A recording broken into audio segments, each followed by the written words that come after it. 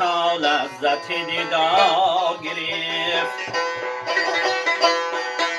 از رخ آینه تا لذت دیدار گرفت، و از نگاه دیگران جام بی قرار گرفت. خاکی را از قدم رتبه گلزار گرفت، از تو گلهای چمن زینت دستار گرفت، از تو گلهای چمن زینت دستار گرفت. من چه گفتم که دل نازکت آزار گرفت، خاطرت از من بیچاره به یک بار گرفت.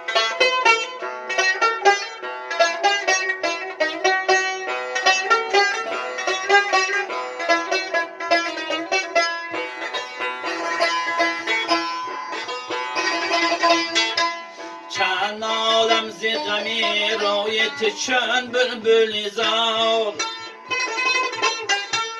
همچو پروانه زنم بال و پری خویش بنار.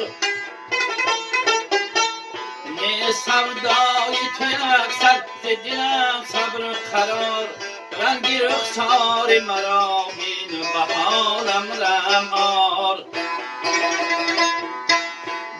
گردای تو اکثر ز دلم صبر و قرار، رنگ رخسار مرا بین و به حالم رحم آر.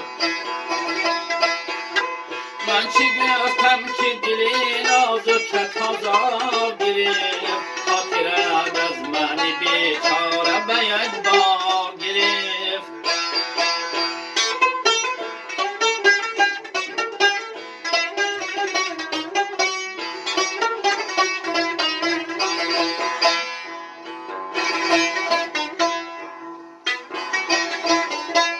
تغلری زارم امروز هوادار توام، همچو منصوری انال حب سری داری توام.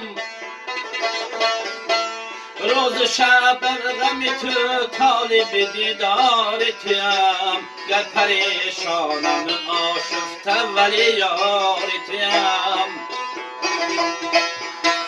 روز و شب از غم دل طالب دیدار توام، من پریشانم آشفته ولی یار توام.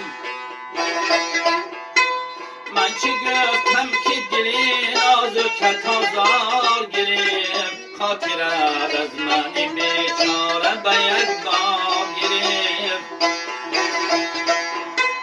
من چه گفتم که دل نازکت آزار گرفت، خاطرت